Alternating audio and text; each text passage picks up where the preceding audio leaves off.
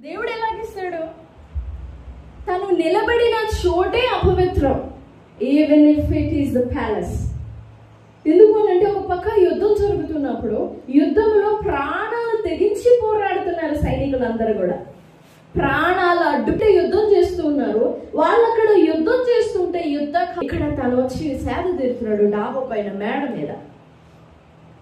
అలాంటి పొజిషన్ లో ఉంచుకున్నది తనే ఆ పరిస్థితుల్లో నిలబడగా అపవాది వచ్చి జస్ట్ అట్లా కదిలించేస్తుంది. Adulterated heart, not because he has committed adultery, but because he has committed, ఆ మనస్సుని భంగపరుచుకున్నాడు. కాబట్టి బత్షెబతో చేసినది ఘోరమైన పాపం కాదు, పాపమే అది కూడా. అది కాదనట్లేదు, నేను కొత్తగా అనుకోవద్దు. అది కూడా పాపమే, అది పాపమే, భయంకరమైన పాపమే. దాని కంటే మించినది ఏంటంటే యుద్ధం చేయాల్సిన నీవు యుద్ధంలో ఉండకుండా ఇక్కడికి వచ్చి సేద తీరుతున్నావే, తెచ్చుకున్నావే, అది నీ పాపం. అది భ్రష్టత్వం, దాన్ని భ్రష్టము అన్నాడు. And clean heart, I want a single heart. నాకు ఏక దృష్టి కావాలి, నా హృదయానికి ఏక దృష్టి కావాలి, నా మనస్సుకి ఏక దృష్టి కూడదు. బాడీ ఇక్కడే ఉంటది కానీ నా హృదయం మాత్రం దేశమంతా వీసా లేనిది. దీనికే స్పిరిట్. మన ఆశలకి వీసాలు ఉండవు, మన కళలకి వీసాలు ఉండవు. ఎక్కడికంటే ఆస్ట్రేలియా పోవాలంటే క్షణంలో అట్లా గట్టి కళ్ళు మూసేసుకొని ఊహించుకుంటూ అయిపోతాయి. అంత దూరం పరిగెత్తగా ఏక దృష్టి, నాకు ఏక దృష్టి కావాలి. నేను నీ నామమునకు దృష్టి కావాలి. దేవునికి భయపడడానికి కూడా ఏక దృష్టి కావాలా?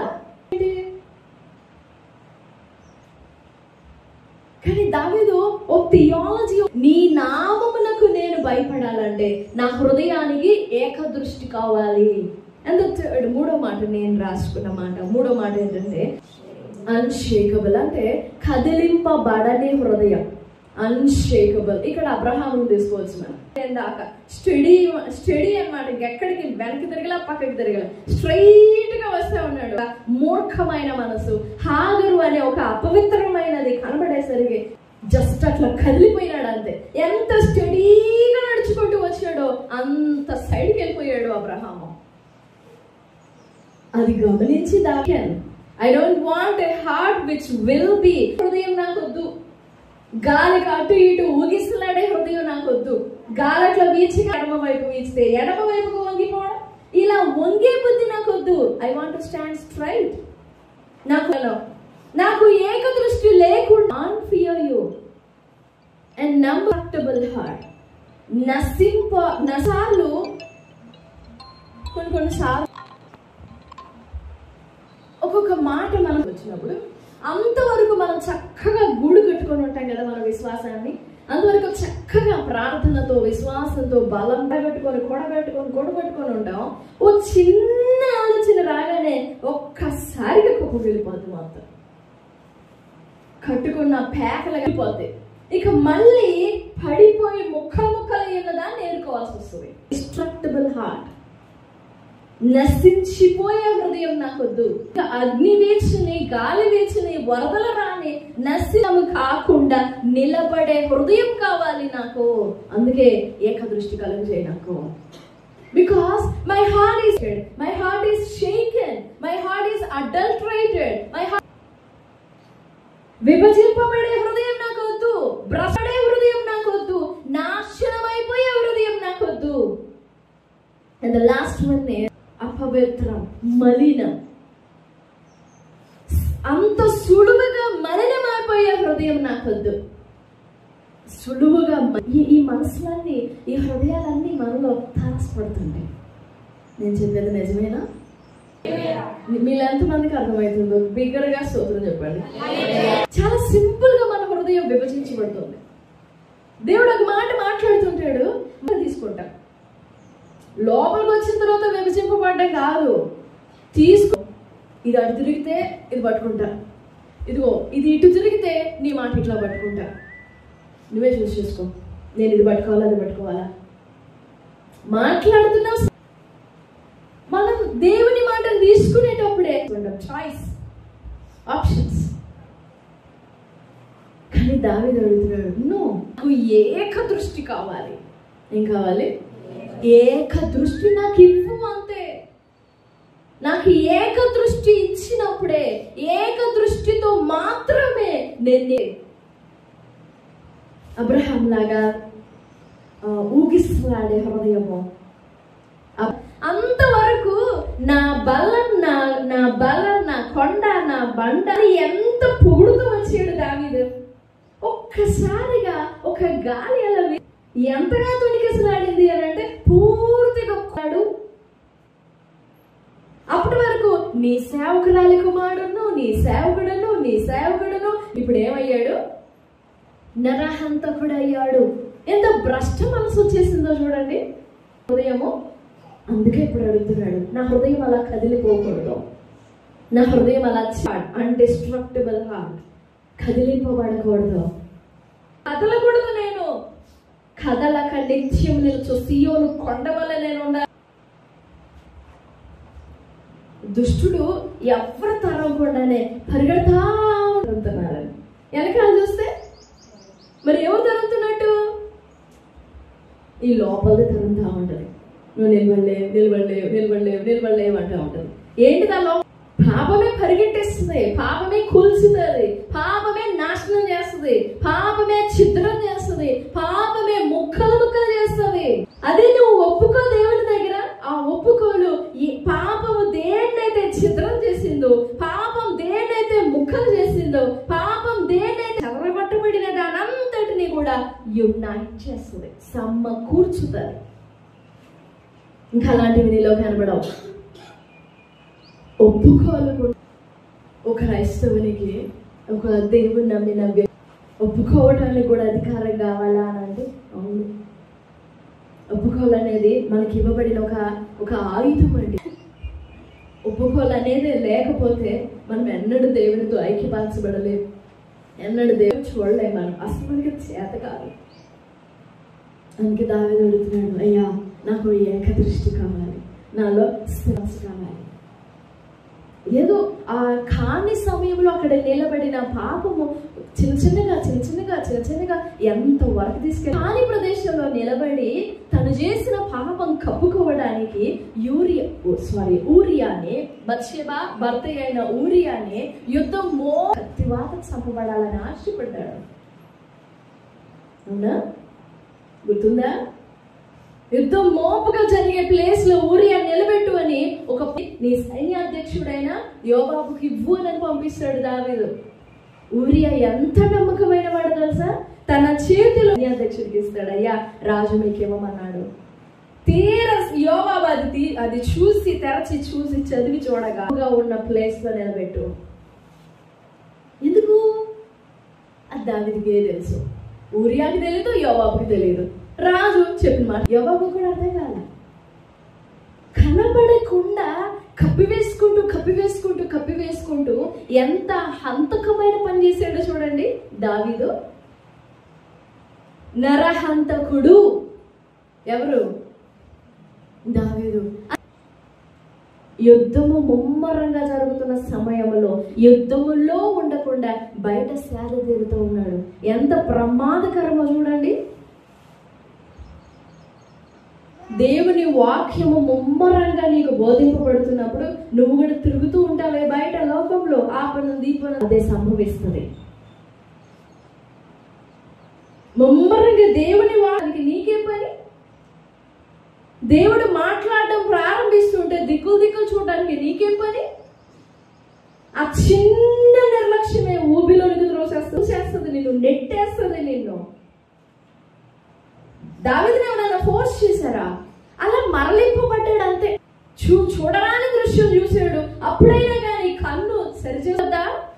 నో చేసుకోలేదు. అలాగా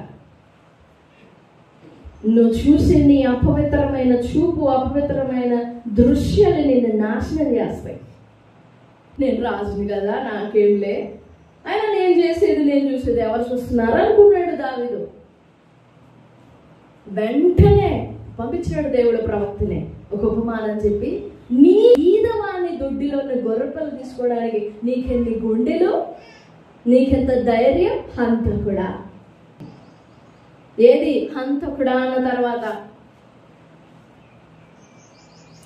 దావీదు అడుగుతున్నాడు, దేవాడినట్లు నాలో ఏం కావాలి?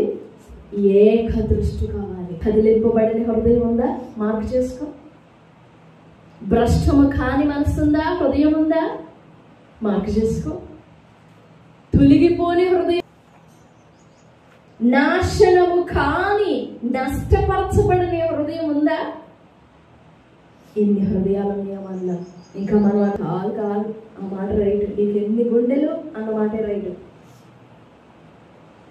అన్ని గుండెలు ఉండకూడదు. గుండె చక్కగా అనిపిస్తుంది. నేను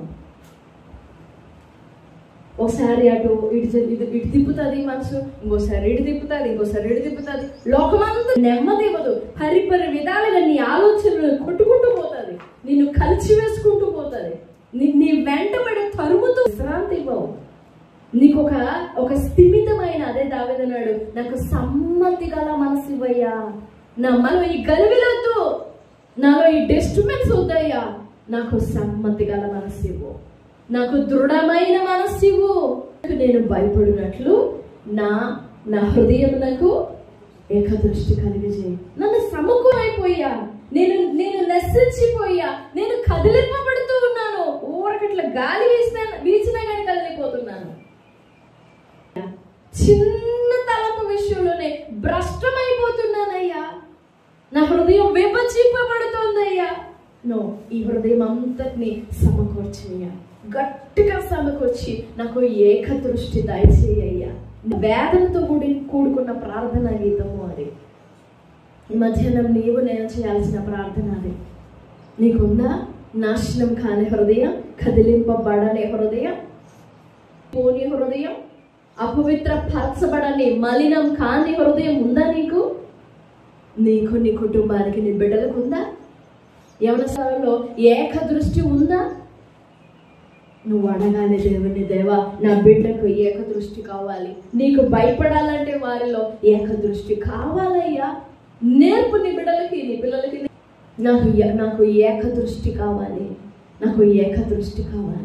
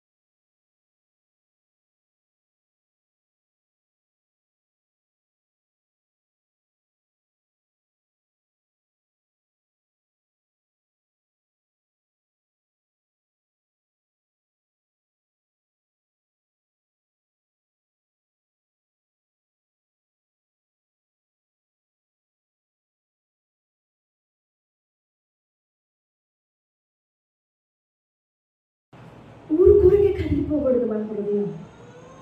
ఒకసారి కదిలింపబడితే కడతాడు, రెండోసారి కదిలింపబడితే కడతాడు, మూడోసారి కడతాడు, నాలుగోసారి కడతాడు, ఐదోసారి కడతాడు. ఇంకా నువ్వు అట్లా కలుగుతా ఉంటే ఎట్లా కడతాడు ఆయన? గుండె చెదిరిన వారిని బాగు చేయవాడు, గాయములు కట్టువాడు అని పేరెత్తినంత మాత్రాన ఇంక నేను ప్యాచ్ వేస్తా ఉంటాడా నీకు? స్టాండ్ స్ట్రైట్, నిక్కముగా నిలబడి, నేను స్ట్రైట్గా నిలబడు, నిఠారుగా నిలబడు. హెజ్కేలు గ్రంథంలో దేవుడు అంటాడు, నరపుత్రుడా నేను నీతో మాట్లాడవలసి ఉన్నది, నువ్వు చక్కగా నిలబడు, నువ్వు చక్కగా నిలబడు, నేను నీతో మాట్లాడతాను. నువ్వు నిలబడకపోతే నేను ఎలా మాట్లాడతా? తర్వాత ఉంటుంది, ఆత్మ నాలోనికి వచ్చి నన్ను చక్కగా నిలవబెట్టి నాతో మాట్లాడాను. చదవండి 2వ అధ్యాయం 1-2 వచనాలు, 3వ అధ్యాయం 1-2 వచనాలు. తర్వాత చదువుకోండి. చక్కగా నిటారుగా నిలబడాలి, నీ ప్రవర్తన నిటారుగా ఉండాలి, నీ మాటలు నిటారుగా ఉండాలి, నిక్కముగా ఉండాలి. ఎస్ అని తర్వాత నో అని.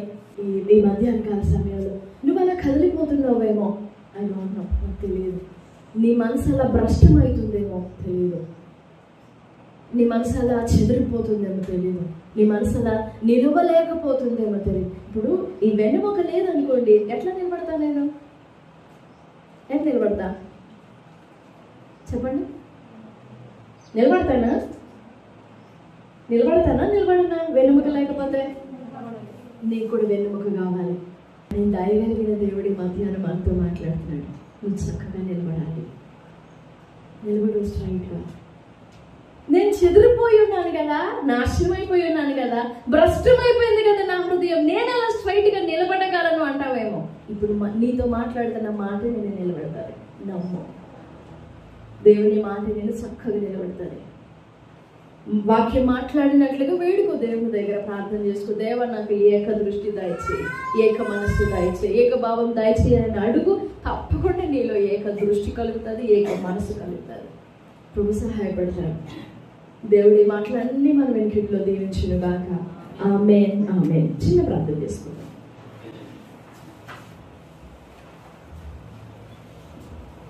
దయచేసి అందరూ కూడా మోకరించి కళ్ళు మూసుకుని చిన్న ప్రార్థన చేసుకుందాం. శుద్ధ హృదయం కావాలి, శుద్ధ హృదయం, శుద్ధ హృదయం, శుద్ధ హృదయం కావాలి, పవిత్రమైన హృదయం కావాలి.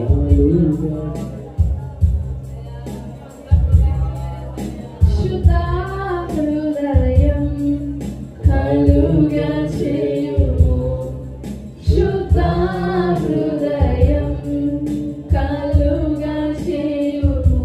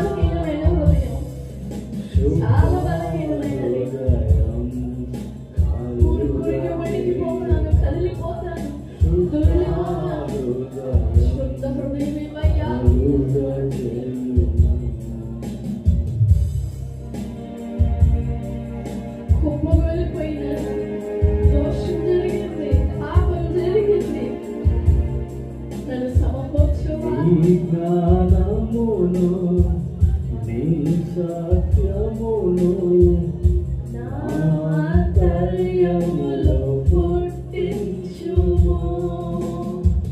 నీ జ్ఞానమును నీ సత్యమును నా ఆంతర్యములో పుట్టించుము.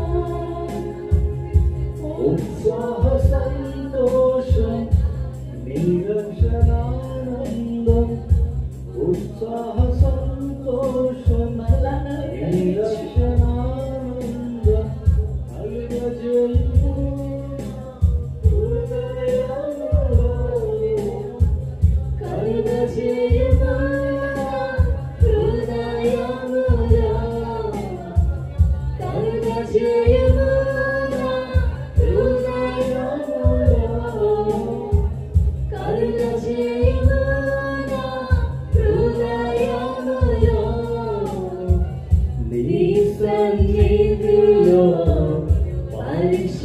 పరిశుద్ధాత్మతో నన్ను నింపుమయ్యా.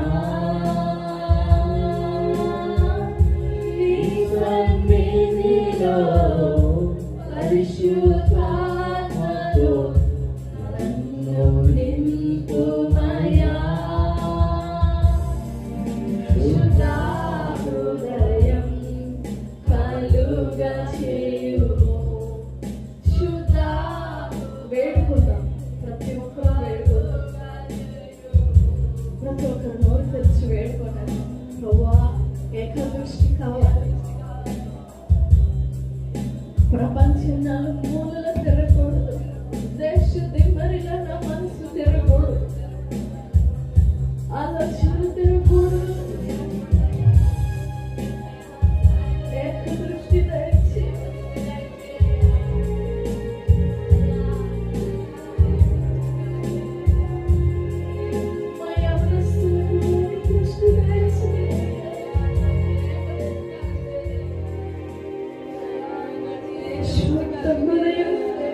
శుద్ధ హృదయం, మలినము కాని హృదయం, అపవిత్రపరచబడని హృదయం, కదిలిపోని హృదయం, అన్డిస్ట్రక్టబుల్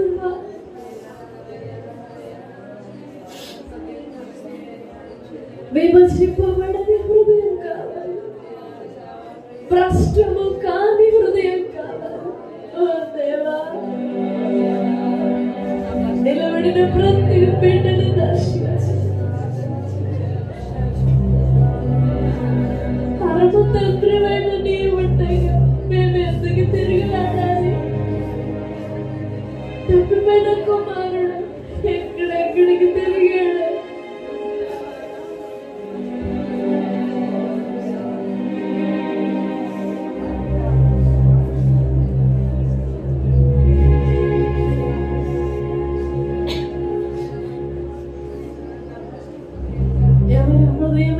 చెదిరిపోయినాయో, ఎవరి మనస్సులు అలా చెదిరిపోయినాయో, ఎవరి ఆలోచనలు అలా చెదిరిపోయినాయో, ఎవరి జీవితం అలా చిత్రమైపోయింది, చెదిరిపోయింది. నీ రక్తంతో సమకూర్చండి, నీ ప్రేమతో సమకూర్చండి. యునైటెడ్ ముక్కలుగా విరిగిపోయినారు. మీరు కట్టండి.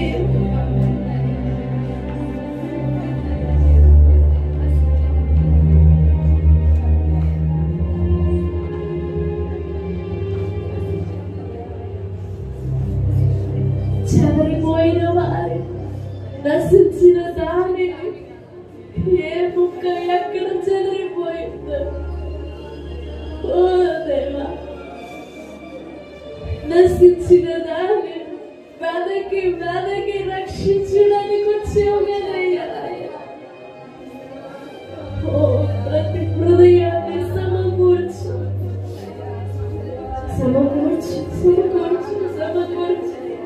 నీ హృదయంలో ఏకము ఉన్నట్లు సమకూర్చు. నీ హృదయమే మా ఇల్లు. దానిలో నుండి పుట్టాం కదా, దానిలోనే ఐక్యపరచబడాలి.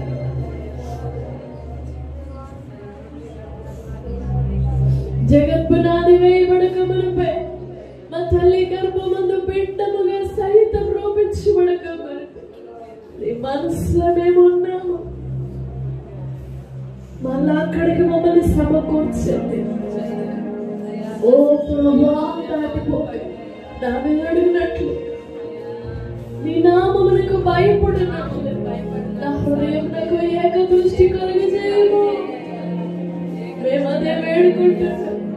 విభజింపబడే హృదయం వద్దు, కదిలిపోయే హృదయం వద్దు, గాలికి ఊగిసలాడే హృదయం వద్దు, ఒక్కసారిగా కుప్ప కూలిపోయి ఆశ్చర్యమయ్యే హృదయం వద్దు, భ్రష్టమైన హృదయం వద్దయ్యా, అపవిత్రపరచబడే హృదయం వద్దు.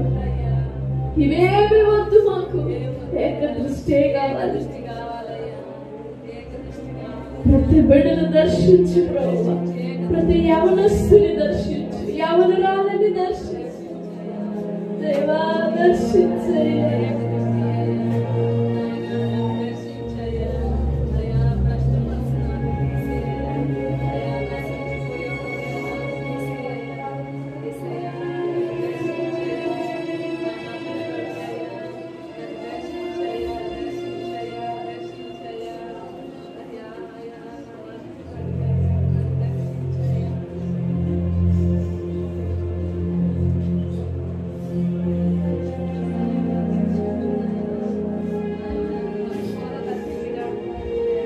నీలో సమకూర్చబడకపోతే మేము తిరుగులాడు వారిగానే మిగిలిపోతాం. నేను సమకూర్చు, ప్రతి యవనుడిని నీ కోసం సమకూర్చు, ప్రతి యవనురాలిని సమకూర్చు, ప్రతి స్త్రీని, ప్రతి పురుషుని, ప్రతి వ్యక్తిని సమకూర్చు.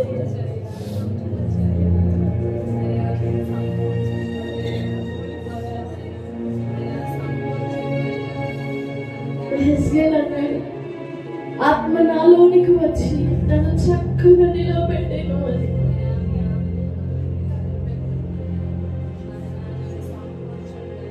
అలా నిలబెట్టండి అయ్యా.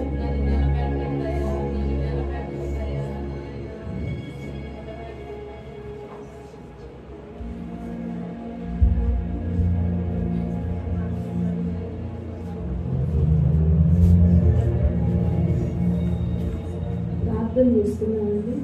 పరిశుద్ధుడు అయిన దేవ, ప్రేమ కలిగిన తండ్రి, మీ పరిశుద్ధ పాదాలు స్తోత్రాలు వందనాలు నాయన. గొప్ప దేవుడు, బలమైన తండ్రి, ఆశ్చర్యకరుడు, ఆలోచనకర్త, బలవంతుడైన దేవుడు, మీకు స్తోత్రాలు వందనాలు నాయన. ఈ పునరుద్ధరణ దినాన ఈ రీతిగా మీ ప్రశస్తమైన సన్నిధి ఆవరణంలో చేరి మిమ్మల్ని సేవించి ఆరాధించి గణపరిచినట్లు మమ్మల్ని సమకూర్చిన విధానం బట్టి స్తోత్రాలు. నా ప్రభువా, ఇది నన్ను చూడలేక ఎంతో గతించారు, కానీ అల్పులు అయోగ్యులమైన మాకు మీ కృపతో మాకు అనుగ్రహించిన మీ సన్నిధి భాగ్యం బట్టి స్తోత్రాలు వందనాలు చెల్లిస్తున్నాం. ఈ ఉదయకాల సమయంలో మీరు మాతో మాట్లాడుతూ వచ్చిన మీ మాటలన్నిటిని బట్టి మీకు స్తోత్రాలు వందనాలు నాయన. ఈ సమయంలో దేవా, దావీదు కీర్తనకారుడు ప్రార్థించిన ప్రార్థన మా ముందుకు తీసుకొచ్చారు. ప్రభువా, ఏక దృష్టి కలుగజేయము అని దావీదు చేసిన ప్రార్థన ద్వారా మాతో మాట్లాడారు. నిజమేనాయన, మాకు అటువంటి ఏక దృష్టి దయచేయమని ప్రార్థిస్తున్నాం.